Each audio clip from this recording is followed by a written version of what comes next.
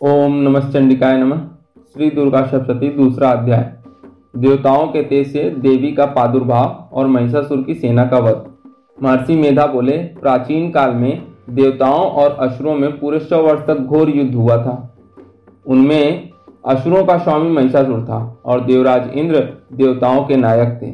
इस युद्ध में देवताओं की सेना परास्त हो गई थी और इस प्रकार संपूर्ण देवताओं को जीत महिषासुर इंद्र बन बैठा था। युद्ध के पश्चात हारे हुए देवता प्रजापति श्री ब्रह्मा को साथ लेकर उस स्थान पर पहुंचे जहां पर कि भगवान शंकर विराजमान थे। देवताओं ने अपनी हार का सारा वृत्तांत भगवान श्री विष्णु और शंकर जी से कह सुनाया।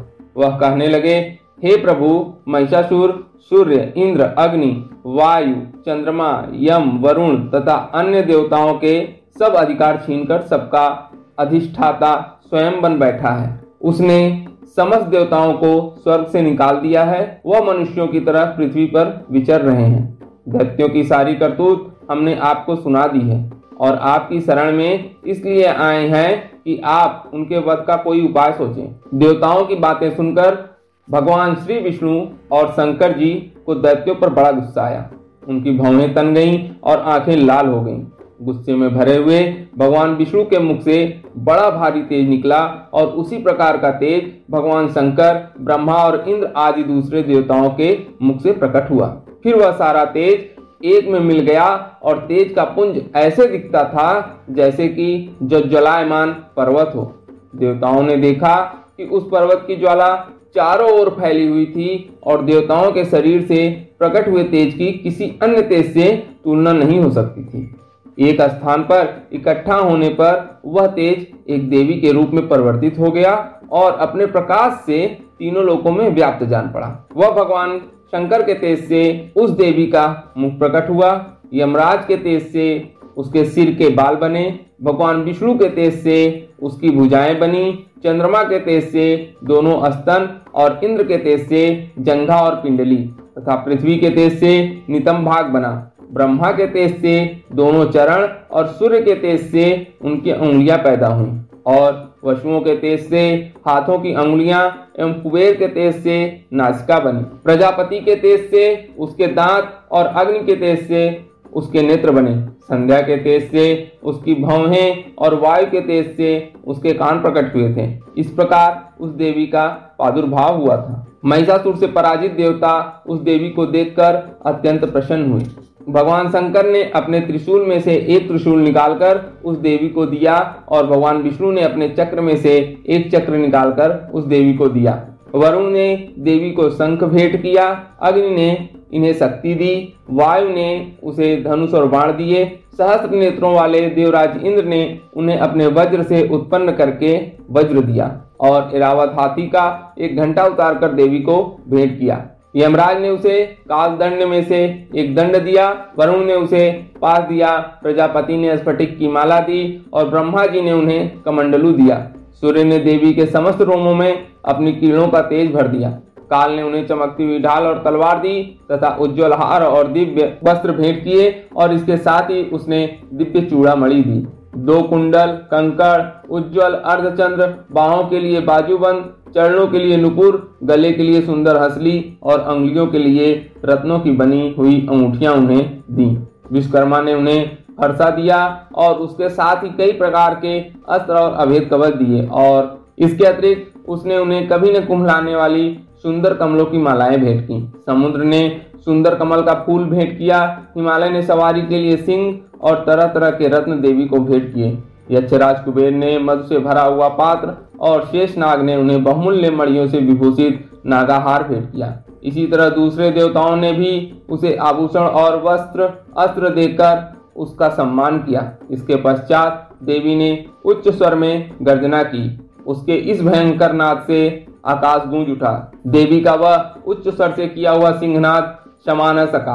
आकाश उसके सामने छोटा प्रतीत होने लगा। उससे बड़े जोर की प्रतिध्वनि हुई जिससे समस्त विश्व में हलचल मच गई और समुद्र कांप उठे, पृथ्वी डोलने लगी और सबके सब पर्वत हिलने लगे।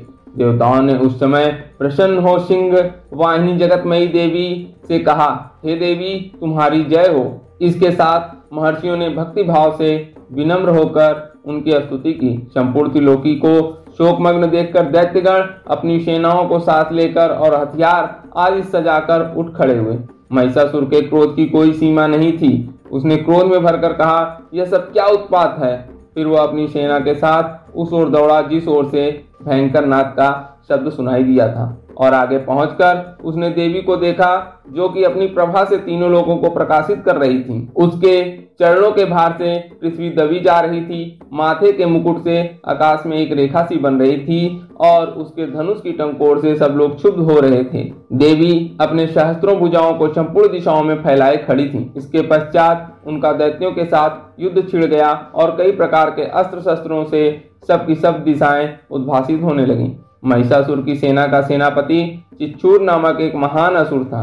वह आगे बढ़कर देवी के साथ युद्ध करने लगा और दूसरे दैत्यों की चतुरंगिणी सेना साथ लेकर चामर भी लड़ने लगा, और 60,000 महारथियों को साथ लेकर उदग्र नामक महादैत्य आकर युद्ध करने लगा। और महाअनु नामक असुर 1 करोड़ रथियों को साथ लेकर, अशिलोमा नामक असुर 5 करोड़ सैनिकों को साथ लेकर युद्ध करने लगा। वास्कल नामक असुर 60 लाख असुरों के साथ युद्ध में आ डटा। विडाल नामक असुर 1 करोड़ रथियों सहित लड़ने को तैयार था। इन सबके अतिरिक्त और भी हजारों असुर हाथी और घोड़ा साथ लेकर लड़ने लगे, और इन सबके पश्चात महिषासुर करोड़ों रथों, हाथियों और घोड़ों सहित वहां आकर देवी के साथ लड़ने लगा। तभी असुर तोमर, भिंदीपाल, शक्ति, मूसल, खड्गों, परसों, पट्टियों के साथ रणभूमि में देवी के साथ युद्ध करने लगे और कई शक्तियां फेंकने लगे और कई अन्य शस्त्रादि। इसके पश्चात सबके सब दैत्य अपनी अपनी तलवारें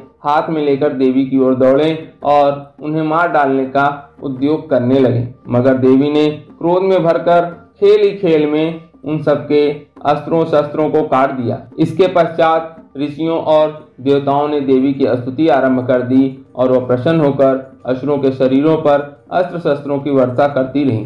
देवी का वाहन भी क्रोध में भरकर दैत्य सेना में इस प्रकार विचरने लगा जैसे कि वन में दावानल फैल रहा हो।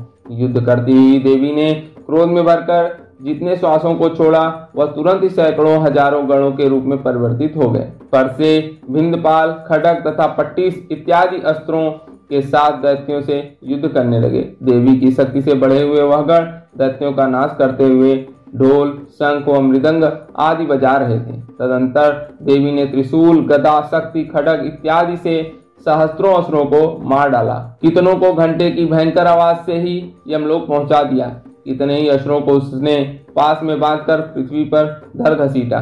कितनों को अपनी तलवार से टुकड़े टुकड़े कर दिए और कितनों को गदा की चोट से धरती पर सुला दिया। कई दैत्य मूसल की मार से घायल होकर रक्त वमन करने लगे और कई सूल से छाती फट जाने के कारण पृथ्वी पर लेट गए और कितनों की बाण वर्षा से कमर टूट गई। देवताओं को पीड़ा देने वाले दैत्य कट कट कर मरने लगे। कितनों की बाहें अलग हो गईं, कितनों की ग्रीवाएं कट गईं, कितनों के सिर कटकर दूर भूमि पर लुढ़क गए, कितनों के शरीर बीच में से कट गए और कितनों की जंघाएं कट गईं और वह पृथ्वी पर गिर पड़े। कितने ही सिरों व पैरों के कटने पर भी भूमि पर से उठ खड़े हुए और शस्त्र हाथ में लेकर देवी से लड़ने लगे और कई दैत्यगण भूमि में बाजों की ध्वनि के साथ नाच रहे थे। कई असुर जिनके सिर कट चुके थे बिना सिर के धड़ से ही हाथ में शस्त्र लिए हुए लड़ रहे थे। दैत्य रह रहकर ठहरो ठहरो कहते हुए देवी को युद्ध के लिए ललकार रहे थे। जहाँ पर यह घोर संग्राम हुआ था वहां की भूमि रथ, हाथी, घोड़े और असुरों की लाशों से भर गई थी और असुर सेना के बीच में रक्तपात होने के कारण रुधिर की नदियां बह रही थीं। और इस तरह देवी ने असुरों की विशाल सेना को क्षण भर में इस तरह से नष्ट कर डाला जैसे तृण काष्ठ के बड़े समूह को अग्नि नष्ट कर डालती है।